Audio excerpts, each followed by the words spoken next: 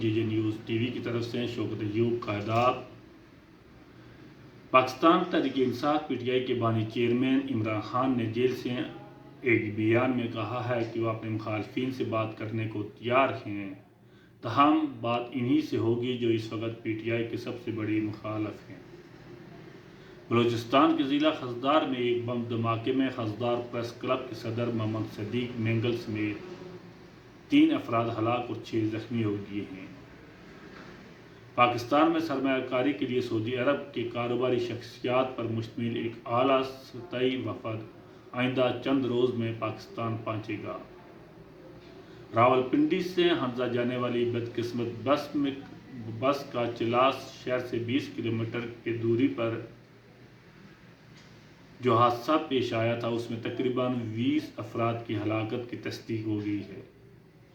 Supreme court نے فیض آباد دھرنے کی سماعت کے لیے مقررہ کر دیا ہے۔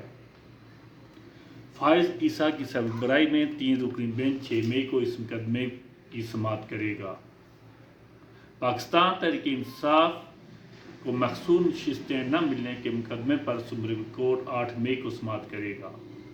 پاکستان کے دفتر خارجہ نے کسی غیر ملک کو کسی بھی دوسرے ملک کے خلاف اڈے دینے کی خبروں کی تردید کرتے ہوئے کہا ہے کہ پاکستان نے ایسا کوئی عمل نہیں کیا ہے اور سوشل میڈیا پر جو خبریں چل رہی ہیں وہ بے بنیاد ہیں۔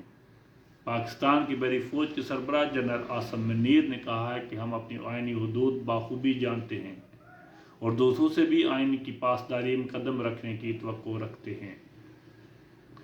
وفاقی وزیر قانون نذیر تارڑ نے وفاقی وزیر اطلاعات عطا تارڑ کے ہمراہ پریس کانفرنس سے خطاب کرتے ہوئے کہا ہے کہ حکومت نے ٹیکس چوروں کو روکنے اور اسے بڑھانے کے لیے پارلیمنٹ سے ٹیکس ٹربیونل کی صورت میں پہلی قانون سازی کر دی ہے۔